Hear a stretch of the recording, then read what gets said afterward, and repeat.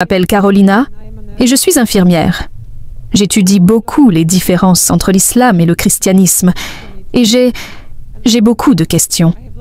Mais la question principale que j'ai pour le moment, vous avez dit que l'islam accepte Jésus comme un messager de Dieu.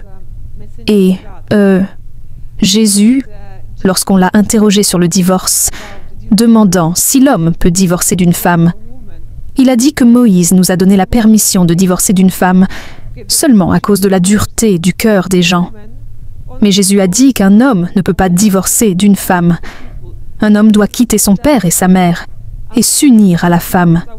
Et ils deviennent un seul esprit dans deux corps. Donc ceci, pour moi, est la différence entre ce que nous croyons, ce que je crois en tant que chrétienne, et ce que vous croyez en tant que peuple musulman.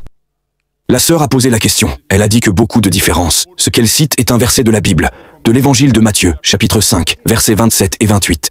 C'est exact. Et je vous donne la citation. Que dites-vous, ma sœur, dans vos propres mots, ce qui n'est pas textuellement ce que Jésus-Christ, Issa alayhi salam, a dit, mais ceci est en lettres rouges, parole directe de Jésus, dans l'évangile de Matthieu, chapitre 5, verset, concernant le divorce. Il a été dit aux anciens, tu donneras une lettre de divorce. Mais moi, je vous dis que quiconque regarde une femme pour la convoiter a déjà commis un adultère avec elle dans son cœur. Les deux versets disent en substance, tu donneras une lettre de divorce.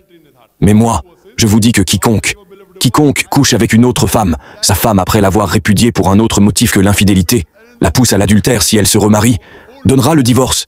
C'est-à-dire que le divorce n'est permis qu'en cas d'infidélité. Cela signifie que selon l'ancienne loi, ma sœur, à l'époque de Moïse, alayhi salam, il était dit que si vous vouliez divorcer, donnez une lettre de divorce. C'est tout.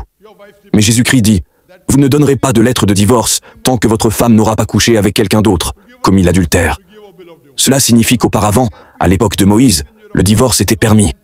Pour divorcer, vous donniez une lettre de divorce. Maintenant, Jésus-Christ, un messager de Dieu, vient et change la loi. Et il dit, tu ne donneras pas de lettre de divorce, à moins que ta femme ne couche avec quelqu'un d'autre. Il y a donc un changement en islam par rapport à cette loi chrétienne spécifique. C'est différent en islam, ma sœur. Notre bien-aimé prophète Muhammad, sallallahu alayhi wa sallam, a dit que parmi les choses permises, celle qui est la plus détestable aux yeux de Dieu, c'est le divorce. Permis, mais le plus détestable. Cela signifie qu'en islam, vous pouvez divorcer lorsque c'est nécessaire. Lorsque le mari et la femme ne sont pas compatibles. Cela ne signifie pas que si la femme est mauvaise, alors vous pouvez divorcer, ou si le mari est mauvais, alors seulement vous pouvez obtenir le divorce. Peut-être que les deux sont bons, mais ils ne sont pas compatibles. Et nous avons de nombreux exemples de ce genre. Il y avait des compagnons du prophète, sallallahu alayhi wa sallam, des compagnons hommes, puis des compagnes femmes. Nous avons l'exemple de Zayd, qu'Allah soit satisfait de lui, avec Zainab, bint Jash, qu'Allah soit satisfait d'elle, une compagne. Ils étaient du mariés, ils étaient tous les deux bons, ils n'étaient pas compatibles. Vous pouvez divorcer, ou cela peut être le cas où l'un n'est pas bon. La femme n'est pas bonne, le mari peut divorcer, le mari n'est pas bon, alors la femme peut demander le divorce. Donc en islam, ce n'est pas comme à l'époque de Moïse, où l'on donnait une lettre de divorce, facile, ou à l'époque de Jésus, où vous ne pouvez pas divorcer tant que votre femme ne commet pas la fornication. En islam, nous devons peser le pour et le contre, et sur cette base d'incompatibilité, etc. Donc l'islam, le dernier et ultime messager, est venu et a dit que le divorce est permis, mais en dernier recours. Et comment divorcer? Les détails sont donnés. C'est donc la différence entre les enseignements de Moïse, les enseignements de Jésus et les enseignements du prophète Muhammad, sallallahu alayhi wa sallam. J'espère que cela éclaire un peu les différences.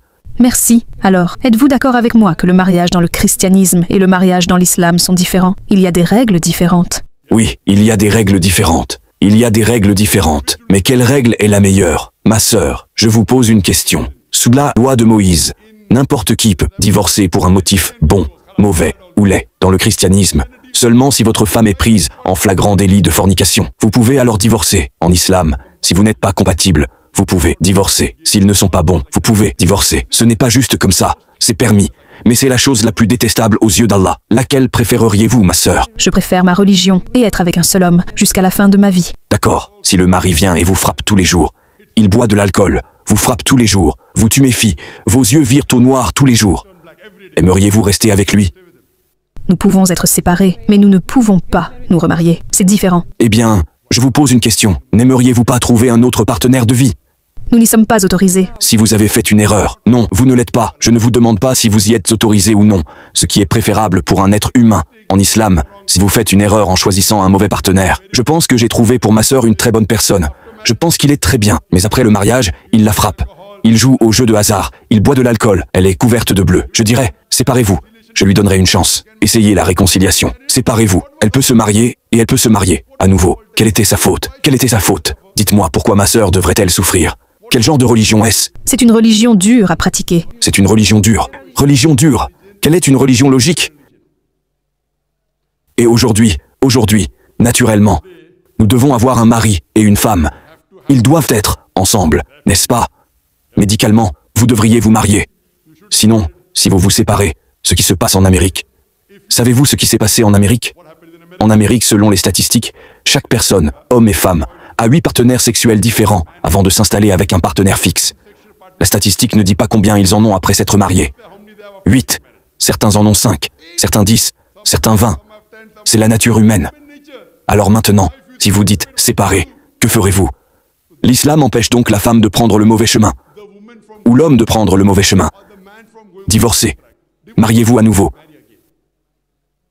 Qu'y a-t-il de mal? Si vous faites une erreur... C'est si facile, c'est si facile. Pardon? C'est si facile. C'est facile? C'est facile. Pas facile, c'est une épreuve.